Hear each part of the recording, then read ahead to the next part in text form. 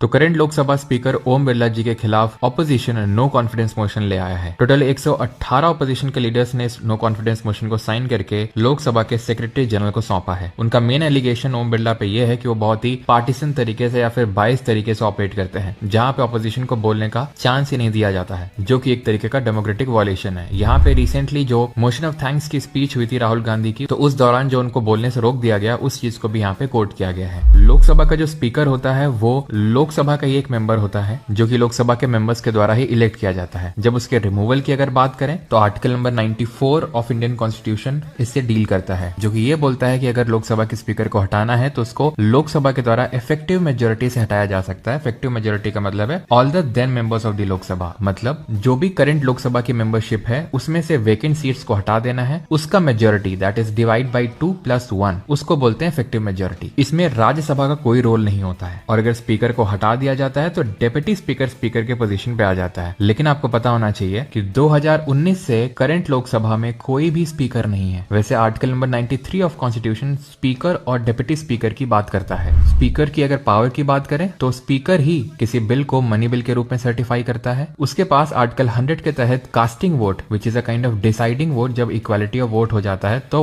वो deciding vote डालता है, और वो पार्लियामेंट के business advisory committee, rules committee और जनरल पर्पस कमेटी का हेड होता है। स्पीकर एक तरीके का एडमिनिस्ट्रेटिव हेड होता है हाउस का, जिसको हाउस का ऑर्डर मेंटेन करना, रूल्स को इंटरप्रेट करना और हाउस में डेकोरम मेंटेन करने का काम है। He is like the monitor of a class, जो कि क्लास का ही पार्ट है, लेकिन बाकी मेंबर्स से उसके पास ज्यादा पावर्स हैं। कमेंट में आपको बताना है पहला लोकसभा का स्पीकर